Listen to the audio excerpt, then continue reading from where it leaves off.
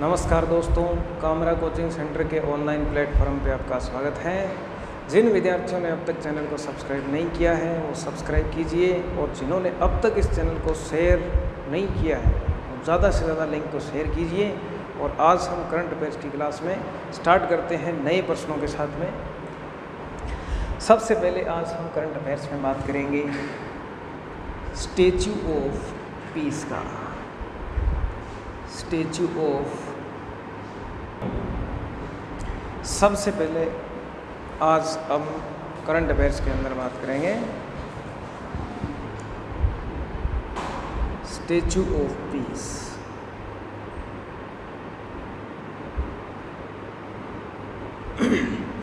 Statue of peace है, इस प्रतिमा का अनावरण हाल ही में किया गया है।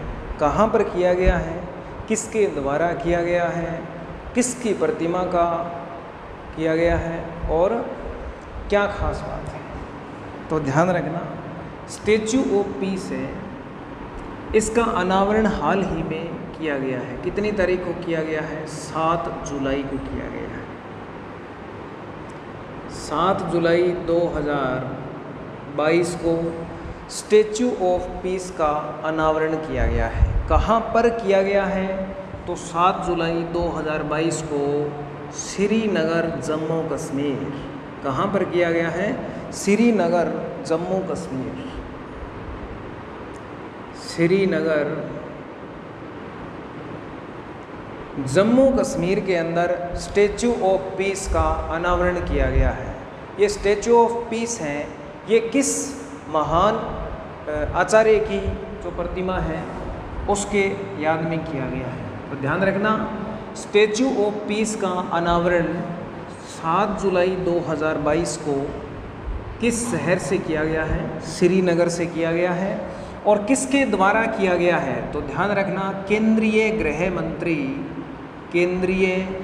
गृह मंत्री अमित शाह के द्वारा किया गया है। किसके द्वारा किया गया है? केंद्रीय गृह मंत्री अमित शाह ने स्टैच्यू ऑफ पीस को अनावरण किया गया है। अब हमें ये ध्यान रखना है, ये स्टैच्यू ऑफ पीस है, ये स्टैच्यू ऑफ पीस जो प्रतिमा है इसका अनावरण जो किया गया है, ये अनावरण किसकी याद में या किस महान व्यक्ति के नाम पर किया गया है? तो स्वामी रामानुजाचार्य।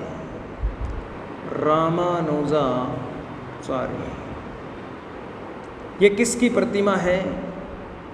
स्वामी रामानुजाचार्य की प्रतिमा है, जिसको किसके रूप में अनावरण किया गया है? स्टैच्यू ऑफ पीस के रूप में अनावरित किया गया है। स्वामी रामानुजाचार्य हैं, ये भक्ति आंदोलन की परंपरा के संत हैं और इन्होंने भक्ति आंदोलन की शुरुआत में महान योगदान दिया था भारत के अंदर। और इन्होंने एक नया कॉन्सेप्ट, नई अवधारणा दी थी। रामानुजाचार्य ने एक नई अवधारणा या नया कॉन्सेप्ट दिया था। तो ये एग्ज़ाम की दृष्टि से काफ़ी इम्पोर्टेंट होता है, जिसका मतलब है वसुधैव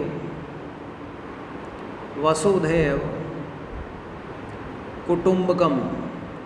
वसुधैव कुटुंबकम की जो अवधारणा है, इस अवधारणा का प्रतिपादन किसने किया था? स्वामी रामानुजाचार्य ने।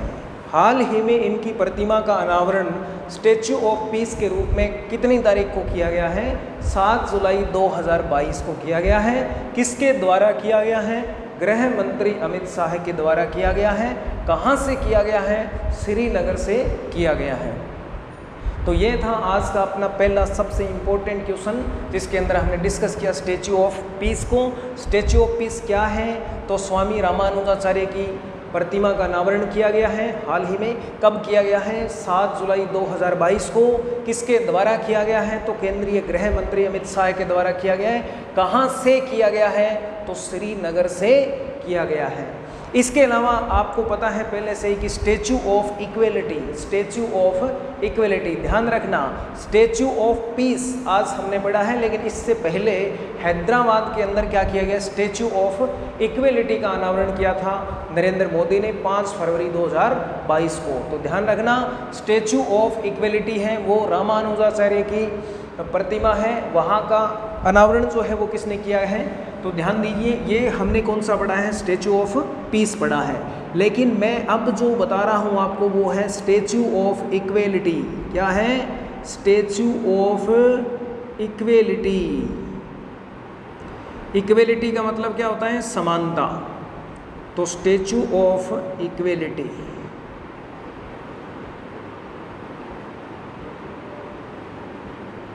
स्टैचू ऑफ इक्वेलिटी का मतलब क्या होता है, समानता। तो समानता स्थापित करने के लिए वसुधैव कुटुंबकम की योजना है, ये इन्होंने स्टार्ट की थी और इसी से क्या होता है, एकता स्थापित होती है। क्योंकि सारे ब्रह्मांड को एक परिवार के रूप में मानने वाली जो अवधारणा है उसी को क्या कहते हैं, वसुधैव कुटुंबकम। इसका मतलब क्या है, वसुधैव कुटुंबकम का मतलब है पूरा ब्रह्मांड एक परिवार है। इसका मतलब सारे लोग एक समान है, एक समानता की झलक है वो हमें वसुधैव कुटुंबकम में मिलती है। इसीलिए इनकी ही याद में statue of equality, statue of equality है, इसका अनावरण कितनी तारीख को किया गया था, 5 फरवरी 2022 को, हाल ही में। किसके द्वारा, प्रधानमंत्री नरेंद्र मोदी के द्वारा इसका अनावरण किया गया। कहाँ से किया गया, तो ये किया गया था हैदराबाद से। कहाँ से किया गया था, हैदराबाद से किया गया था। और किस चीज़ के लिए किया गया, समानता को स्थापित करने के लिए संत रामानुजाचार्य की याद में किया गया था। किसकी याद में किया गया था, संत रामानुजाचार्य की याद में इनकी प्रतिमा, इनकी मूर्ति की अनावरण किया गया है। किसका अनावरण किया गया है, मूर्ति का अनावरण किया गया है। कितने मीटर लंबाई है, तो ध्यान रखना कितने मीटर लंबाई है, 216 मीटर इसकी लंबाई है। तो ध्यान रखना, एक बार फिर से ध्यान देना, एग्जाम में क्वेश्चन आते समय ध्यान रखना, स्टैचू ऑफ पीस के बारे में पूछा है तो 7 जुलाई को श्रीनगर में श्री अमित शाह के द्वारा श्री रामानुजाचार्य की याद में एक प्रतिमा का अनावरण किया गया।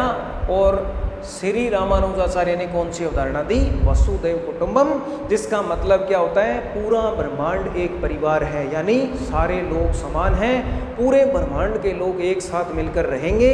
ऐसी अवधारणा से समानता स्थापित होती है। और समानता को स्थापित करने वाली इस अवधारणा के कारण स्टैचू ऑफ इक्वेलिटी यानी समानता के लिए संत रामानुजाचार्य की याद में एक मूर्ति का अनावरण किया गया। 216 मीटर ऊंचाई है इसकी। कहाँ पर, हैदराबाद के अंदर। तो स्टैचू ऑफ पीस कहाँ, श्रीनगर। स्टैचू ऑफ इक्वेलिटी कहाँ, हैदराबाद। और एक और आप सब जानते हैं, स्टैचू ऑफ यूनिटी यानी एकता स्थापित करने के लिए, एकता स्थापित करने के लिए statue of unity, statue of unity, ये जो मूर्ति है ये कहाँ पर स्थापित की गई है, ये आप सारे जानते हैं कि सरदार वल्लभ भाई पटेल की स्मृति के अंदर, केवड़िया गुजरात के अंदर। कहाँ पर, केवड़िया गुजरात के अंदर। ये जगह कहाँ पर है, केवड़िया जगह गुजरात के अंदर है। और यहाँ पर सरदार वल्लभ भाई पटेल, सरदार पटेल की याद में एक मूर्ति का अनावरण किया गया है। ये कहाँ पर है, केवड़िया गुजरात के अंदर। तो यहाँ पर 3 सबसे इम्पोर्टेंट फैक्ट की मैंने आपके साथ चर्चा की है, जिसमें से नया और करंट के अंदर चर्चा में कौन सा है, स्टैचू ऑफ पीस है। स्टैचू ऑफ पीस का हाल ही में किसके द्वारा, अमित शाह के द्वारा। कहाँ से, श्रीनगर से। स्टैचू ऑफ इक्वेलिटी 5 फरवरी 2022 को किसने, नरेंद्र मोदी के द्वारा। लेकिन कहाँ से, हैदराबाद से। ध्यान रखना, equality Hyderabad, peace Srinagar Jammu Kashmir. Statue of Unity कहाँ से, केवड़िया गुजरात से। किसकी याद में, सरदार पटेल की याद में। इक्वेलिटी और पीस दोनों किसकी याद में है, रामानुजाचार्य की याद में है। अब इसके बाद में नेक्स्ट पॉइंट जो अपने डिस्कस करने जा रहे हैं वो है अपने जम्मू कश्मीर से संबंधित।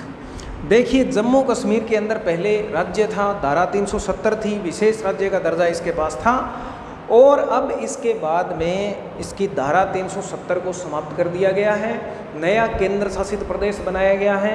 और केंद्र शासित प्रदेश भी कितने बनाए गए हैं, 2 बनाए गए हैं। एक जम्मू कश्मीर है और दूसरा कौन सा है, लद्दाख है।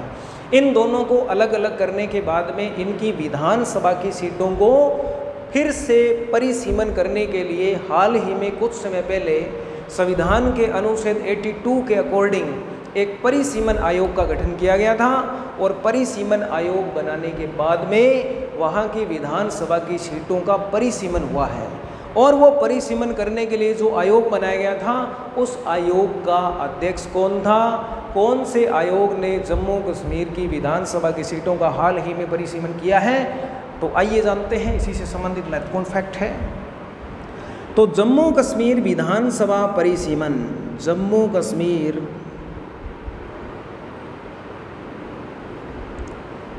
परिसीमन, जम्मू कश्मीर का हाल ही में परिसीमन हुआ है। इसके लिए किसकी अध्यक्षता में एक आयोग गठित हुआ है, तो ध्यान रखिए, रंजना देसाई आयोग। कौन सा आयोग है? रंजना देसाई आयोग। तो हाल ही में जम्मू कश्मीर की सीटों का परिसीमन करने के लिए जो आयोग बनाया गया है, उस आयोग की अध्यक्षता किसने की थी?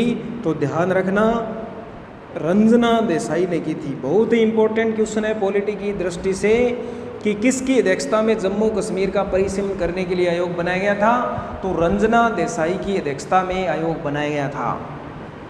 और इस आयोग के द्वारा जम्मू कश्मीर की विधानसभा की सीटें कितनी बताई गई? परिसीमन होने के बाद में वर्तमान समय में जम्मू कश्मीर की जो विधानसभा है, जो एक केंद्र शासित प्रदेश की विधानसभा है, और इसके कितनी सीटें हैं? 90 सीट यहाँ पर रखी गई है परिसीमन करने के बाद में।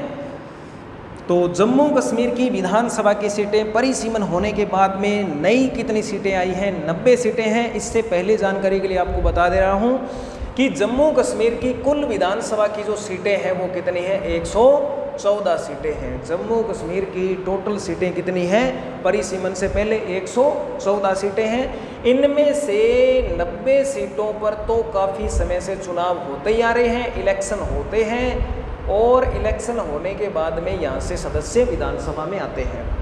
लेकिन इसके बाद जो कितनी सीटें बच गई हैं? 24 सीटें बच गई हैं। कितनी सीटें हैं? 24 सीटें हैं। ये किसके अंतर्गत आती हैं? ये पीओके में आती हैं। किस में आती हैं? पीओके में। पीओके का मतलब क्या है? पाक ऑक्यूपाइड कश्मीर, यानी पाकिस्तान के द्वारा अपने कब्जे में लिया गया कश्मीर, पाक ऑक्यूपाइड कश्मीर। पीओके में 24 सीटें आती हैं। इसलिए काफ़ी समय से 90 सीटों पर ही चुनाव हो रहा था। अभी हाल ही में जम्मू कश्मीर को केंद्र शासित प्रदेश में कन्वर्ट करने के बाद में जम्मू कश्मीर की विधानसभा की सीटें हमेशा के लिए फिक्स कर दी गई है। कितनी? तो 90 सीटें वर्तमान में इसके लिए क्या कर दी है? फिक्स कर दी है। और जम्मू कश्मीर का ये जो परिसीमन हुआ है वो किसकी अध्यक्षता में हुआ है भाई? रंजना देसाई आयोग की अध्यक्षता में हुआ है। ठीक है, अब ये 4 पॉइंट हमने डिस्कस किए। इसके बाद एक बात और मैं इंपॉर्टेंट से आपको बता देता हूँ, उसके बाद हम आगे नेक्स्ट बात करेंगे। एक पुरस्कार है, बहुत ही इंपॉर्टेंट व्यक्ति के नाम पर इस पुरस्कार को शुरू किया गया है, तो आपको थोड़ा सा ध्यान में रखना है कि ये किस क्षेत्र में दिया जाता है। बहुत ही इंपॉर्टेंट है। राजेंद्र प्रसाद स्मृति आयोग। कौन सा है? राजेंद्र प्रसाद। देखिए, राजेंद्र प्रसाद भारत के पहले राष्ट्रपति थे जिन्होंने 2 बार राष्ट्रपति का चुनाव जीता था निर्वाचित होकर। राजेंद्र प्रसाद स्मृति पुरस्कार है। ये किस क्षेत्र में दिए जाते हैं? बस इतना ही ध्यान में रखना है। राजेंद्र प्रसाद स्मृति पुरस्कार हैं, ये किस क्षेत्र में दिए जाते हैं? तो बस इतना ध्यान में रखना कि इसका क्षेत्र कौन सा है? लोक प्रशासन के क्षेत्र में दिया जाता है। किसके क्षेत्र में दिया जाता है? लोक प्रशासन के क्षेत्र में दिया जाता है। तो आज का अपना जो करंट अफेयर्स का सेशन है उसमें आज हमने 5 बहुत ही इंपॉर्टेंट फैक्ट पर चर्चा की है। कल मिलते हैं नए प्रश्नों के साथ में और नए जो तरीका है याद करने का, उस तरीके को साथ में लेकर। तब तक के लिए सबको जय हिंद, जय भारत।